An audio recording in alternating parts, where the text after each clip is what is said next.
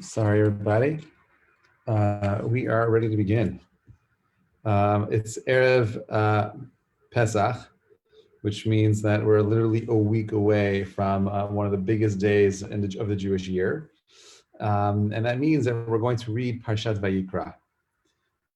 Very difficult book to understand. It's the third of the 5 books of Moses.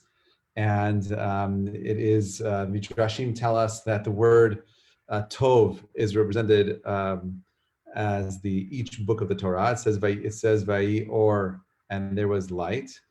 And it says it 5 times in Genesis. And our Midrashim tell us that each time that the word or is used in the actual Torah, it describes one of the books of Moshe. And the third time that we see the word or used in the Torah is Vayar Hashem Elokim et or ki tov, and God sees that the light is good. And the Chachamim tell us that light that was good is Parshat Vayikra itself. Now, it is the 1/3 of all 5 books of Moses have to do with sacrifices and bringing all kinds of carbonot. There's no question about it. It is a difficult to understand. It requires more effort than any of the other books, not just a story. There's lots of details that we could often miss very, very easily. The verses themselves are not an easy read. And therefore, if you kind of like just read through or gloss over the psukim, you might miss so many of the beautiful fine details that are actually hidden inside the Pasha itself. So in discussing man's obligation to offer sacrifices, the Torah departs from its usual expression of man, which is ish, and instead of calling him an ish, he calls him the word adam, man, right? And that's interesting. Look, why are we calling Vayikra Moshe? He says, Adam ki yakriv mikem. Why does it say Adam and not Ish ki yakriv mikem? That's question number 1. Then the pasuk tells us it starts with the singular verb yakriv, that he brings, and then it continues takrivu and says, and they will bring in the plural. Right? There's a very profound lesson over here. Okay, these choice words were not accidental. They're very, very specific. Because when a person is bringing a sacrifice to God, he has to follow the example of the very, very first man. Who was this very, very first man? We're talking about Adam HaRishon, right? When Adam HaRishon, whose offerings were unblemished, they were free of the slightest taint of dishonesty. He was completely clear about who he was, what he was doing. We wanted nothing in return, right? That unblemished offering is the offering that we're trying to contribute to God. Since he was the only person in the world, there was nothing, there was no one he received or taken advantage of. He was clear, he was yashar, he was straight. And that's what makes that first sacrifice so profound. There are all kinds of ways in which we attempt to rationalize deception and dishonesty. I don't need to tell you, you've seen it, you've experienced it, unfortunately. But when we allow arrogance to take hold of us, and when we allow ourselves to feel better, superior to others, when we convince ourselves that our needs are greater than anyone else's needs, and therefore we are entitled to that which belongs to them, that is the reason why when the Torah tells us to bring sacrifices, it refers to an individual, Adam, invoking the memory of the first man who, by virtue of the fact, was the first and only one. He could not have been guilty of such rationalizations. He could not have come and been arrogant and taken from other people. Even as Adam understood that everything that he had came from God, we also have to understand that everything that we have comes from him, and we have to come with clean hands. Can't have stained hands when we're coming before God, right? This is what David HaMelech says when one can ascend, who can ascend to the mountain of God, right? With clean hands and a pure heart, because everyone has something that taints them. The word for sacrifice in this parsha is karbanot. And it comes from the word, the shoresh, the root of the word karbanot comes from the word karov, which means to come clear, to come near, teaching us that if we wish to renew our relationship with God, Father above, we have to be prepared to sacrifice for his sake. And if we're willing to do so, we end up discovering that the more we give of ourselves, the more of a relationship we have with the Almighty. Now, it's interesting because in our generation, this generation that we're in today, is probably one of the most self-centered, self-focused generations of mankind. We've been led to believe that our priority must be to ensure our own happiness, that my happiness comes before everybody else's. Sacrifice, renouncing the self, is a alien concept. No one knows what these things are, and many people live for themselves and only focus on their own needs. It's all too often that parents, I see this, unfortunately, parents, right, are selfish. They're not sacrificing for their children, and that these children of parents like this don't sacrifice for their parents. And this holds true for all their relationships, including those between husband and wife. It's blatantly evident in their relationship with God as well. People make demands on God. They're not prepared to give back. Why? Why, they ask. Right? When are things going to turn out the way that they were supposed to be? It never occurs to anybody to say, well, maybe God may be also asking why, right? Maybe you have failed to fulfill your God's commandments. Maybe the why that God's asking is, why did you abandon my Torah? Why aren't you growing? Why aren't you developing yourself? But they never hear the why of God, and they only hear the why of their own cry. So let us search our hearts and ask, how does God see me? How do I measure up? How much have I sacrificed for his sake? Have I made my will his will? Are we aligned over here? How are we developing in this unique relationship with the Almighty? Do I feel close to God? Do I feel close to God as much as I would like to? Or am I just happy with the way things are, status quo? If you don't feel your faith motivating your life, you have to ask yourself, have I offered my heart? Have I sacrificed? The question still remains, right? Ready? Why is there a change from the singular to the plural when the Torah describes the burning offering? Here too, we have an instruct very, very deep lesson from the Torah itself for every single generation that comes before us. Okay, and the lesson is like this. The pasuk starts in the singular because when man sins, right, he believes that his impact, that his transgression, his chet, only impacts him. Okay, what's the big deal? If I'm eating the cheeseburger, I'm not supposed to, right? If I'm doing the little thing on the side, that doesn't hurt you. That's not what the Torah says. The Torah teaches us that what we do as individuals has an impact on all of humanity, on everyone, and everything around us. This is what the Chachamim compared. They say that our nation, that the Am Yisrael is compared to like a passenger on a ship, right? Passenger sitting on a ship. And he decides, you know what, I want to make a hole under my seat. And he starts taking his little, saw, and he starts sawing out a little hole under his seat. Now, if people are going to come and say, hey, guy, what are you doing? You can't saw a hole in your seat on the boat, right? He says, no, I could. It's my seat. I can do whatever I want. His protest is in vain, right? It doesn't work that way. His personal hole will cause the entire ship to sink with all of its passengers as well. The reverse is also true. When someone does teshuvah and mitzvot, not only does that elevate us as individuals, but they also elevate and enrich our community, our nation, the planet, the universe. The Pasukim begins with the singular and ends with the plural, reminding us that our families and our communities are only as strong as the individuals who form them. This lesson that can help us in our search for meaning can validate our lives. It's powerful. We all have a need to make a difference. Everyone here wants to do something amazing, but we all too often feel insignificant, futile, right? We're almost anonymously sitting in the corner and wonder what possible impact can I have on the world around us. But Pashat Vayikra reminds us that through that every word, every single deed has the power to either elevate or diminish the world.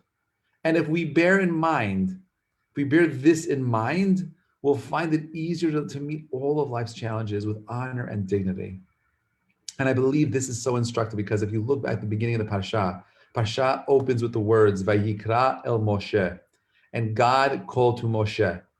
Now, if you open up a Torah scroll, you'll notice, or even a Chumash, you'll notice that the letter Aleph in the word Vayikra, the last letter in the word Vayikra, Aleph, is in smaller size, smaller than the rest of the letters and the fonts in that particular section, to teach us that Moses was keenly aware that he was unworthy of being called by God.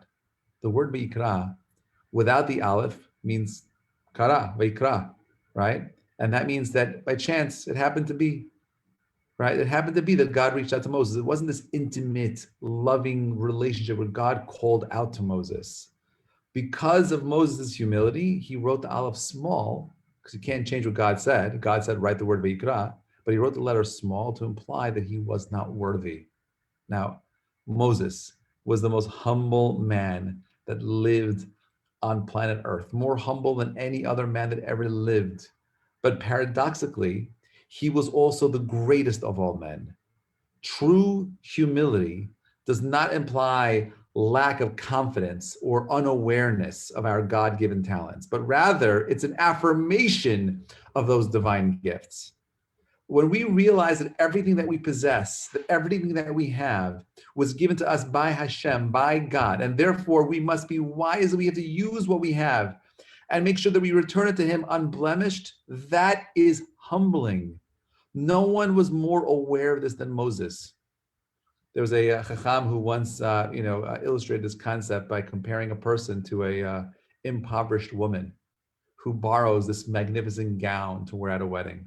Now, this woman can't be arrogant about her dress, as lovely as the dress may be, but she knows that it's not hers and she's going to have to return it in perfect condition the same way she received it. Similarly, my friends, the gifts which God endows us were given to us on a loan. It's not forever. We're not here forever. And that realization on itself should be humbling. Moshe never lost sight of that awareness. He understood exactly that everything he has is a gift from God. You think you're smart? Yeah, you're not. It's a gift. That's your gift. That's your matana. By the way, you see this most profoundly, with singers. All too often, singers are people that live with tremendous amount of success and wealth, but they're also extremely unhappy. And it comes from this following insight. Ready? A musician knows that the music that he creates is not his. It's clear to them. The music is coming from outside of them. Right? It's not, where does that tune come from? You think I created it? He knows it's coming from someplace else. They're aware. I can't take credit for something that's not mine. I don't feel good about it. But we take credit for all the things that we have. My friends, the things that we have are a gift. The things that we have are a test. The things that we have in life are uniquely there to challenge us so that we could accomplish our own unique missions in this world. Don't get fooled. Wealth, power, strength, speed are all gifts. I want you to know the hefech is true, also the opposite is true. The challenges we go through in life, the hardships we go through in life are a gift. And these are things that are there to humble us. They're there to give us the understanding that I'm not here to pride myself in things that God were given to me, because just like he gave it to me, he can take it away. Now, if we realize that unfortunately we have misused or abused those gifts, we'll also realize how misplaced and foolish all our feelings of arrogance are. And I believe that that's why the beauty of this week's parasha. The parasha talks about sacrifice, right? It talks about all kinds of karbanot, all kinds of things that we're giving to other people. Why are we doing it? What's the motivation? Why are you giving these things? Because you want to feel chashuv, you want to feel great? That's not the motivation here. Parasha tells us, enjoy the world that God gave you. Everything about it, embrace it all. I can't change what was. Everything that is. But you want to figure out how to go ahead and move beyond a world of happenstance, a world of chance, of kara. Add the aleph. Add an aleph to your lives. Add a principle that there's a God in the world, and that will make you small. It's interesting that the letter aleph is, the first of the letters in the Torah, right? It's the first of the letters in the alphabet, and it's the letter that's made small. The word aleph comes from the word aluf. It means general. It means big. Why is that the letter that is made small? Why not a different letter? Why do we teach humility through a small aleph? And the answer is very simple. Ready? The answer is because a person's humility should represent the same area of his greatness. You see, the opposite is true. I think that I'm humble in the areas that are far removed from the things that make me great. So let's say I was a awesome basketball player. That should make me haughty. No, it's that area of your greatness should make you smaller. That's where humility comes from. Not from the things that you're not good at. It's bedafka, the things that you're great at. Those are the things that need to humble you. The place that you excel in the most are the places that should humble you, not the things that you're unaware of. That's not where you be quiet. That's where you speak up. You want to learn and understand it. Perasha is teaching us that if you want to find success in life, in all things, material, spiritual, you have to be willing to open yourself up to the possibility that everything around you is a gift from God. It's not yours. The question is, how are you taking what you have and using it to achieve your unique mission in this world? The sacrifice, the hardest thing to sacrifice in the world is my heart. The three most challenging relationships that we're all going to deal with is the relationship we have with ourselves, and that includes our spouses, the relationship we have with our children and our community, and the relationship with God. Right? I gave it in that order because that's the importance to me. It goes you, your spouse, your children, community, and God. That order on purpose. If at the core, all you're doing is thinking about yourself, if everything is just about your own wants and needs, every other relationship breaks down, including the one with the self, including the one with the spouse, including the one with the kids, including the one with the community, including the ones with God. How do you find that balance? Focus on all the gifts that you have. Allow those gifts to humble you. Work on becoming a greater human being, and you'll recognize that sacrifice gives you the greatest gifts of life. A happy wife, happy children, beautiful community, an amazing relationship with God, a world where you are at sync with nature, where you are humming and flying with the birds and teeming and glistening like the stars, because we feel greatness when we know we're doing what we are meant to be doing. That is simcha. That is happiness. And without that, we can't experience true freedom, because if we're bloated with gava, with arrogance, right, we can't find it. So next week, Bezrat Hashem, is Pesach, and we remove all the arrogance from our lives. We should go ahead and spend some time thinking about which traits get in the way of us feeling more humble or appreciating our God-given gifts. If we do that, I promise you, together, after Pesach, we will be walking and marching to Jerusalem to rebuild that third temple. Shabbat Shalom, everyone. Have an amazing week. If I don't speak to you next week, Chag Kosher V'Sameach, sending you lots of love. Thank you, Rabbi. Shabbat Shalom. My pleasure. Shabbat Shalom, Izzy.